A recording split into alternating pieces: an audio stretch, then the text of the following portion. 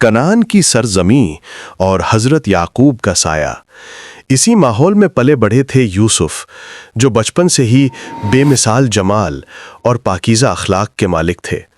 कहानी का आगाज एक मौजिज़ाती ख्वाब से होता है।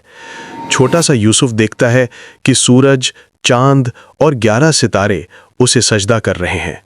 जब ये बात वालिद को पता चली तो वो समझ गए कि उनके लाडले का मर्तबा बहुत बुलंद होने वाला है। उन्होंने ताकीद की, बेटा ये बात अपने भाइयों को मत बताना। मगर किस्मत को कुछ और ही मंजूर था। भाइयों के सीनों में हसद की आग भड़क उठी। एक साजिश रची गई और सैर के बहाने यूसुफ को एक अंधेरे और गहरे कुएं में धकेल दिया गया। वालिद को दिखाने के लिए कुर्ते पर जानवर का लहू लगाया और कह दिया कि यूसुफ को भेड़िया खा गया। मगर जिसका मुहाफिज खुदा हो, उसे कौन मिटा सकता है। एक गुजरते हुए काफिले ने उन्हें कुएं से निकाला और मिस्र के बाजार में ले जाकर एक गुलाम की तरह फरोख्त कर दिया। मिस्र के वजीर ने उन्हें खरीदा। वहाँ यूसुफ की जवानी और उनका हुस्न ऐसा था कि मिस्र की औरतें और खुद वजीर की बीवी जुलेखा उनकी शेदा हो गई। जुलेखा ने उन्हें बहकाने की हर मुमकिन कोशिश की, मगर यूसुफ का तकवा हिमालय जैसा अटल था।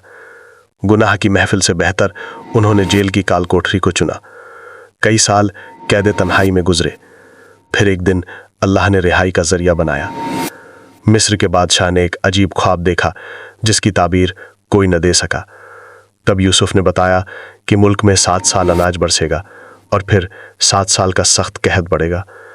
बादशाह उनकी दानाई का कायल हो गया और उन्हें मिस्र का अजीज बना दिया। जब अकाल पड़ा तो अनाज लेने वही भाई आए जिन्होंने उन्हें कुएं में फेंका था। यूसुफ ने उन्हें पहचान लिया, मगर भाई वजीर के लिबास में अपने भाई को न पहचान सके।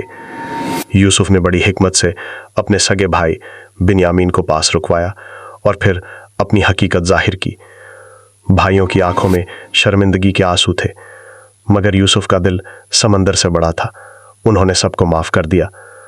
अपना कुर्ता वालिद की तरफ भेजा, जिसकी खुशबू पाते ही बरसों से जुदाई में रोते रोते अंधी हो चुकी हजरत याकूब की आंखों की रोशनी लौट आई। आखिरकार पूरा खानदान मिस्र पहुंचा।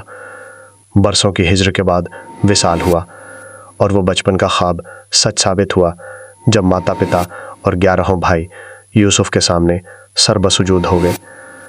ये कहानी सिखाती है कि सब्र का फल हमेशा मीठा होता है और जिसे अल्लाह बचाना चाहे उसे दुनिया की कोई साजिश खत्म नहीं कर सकती।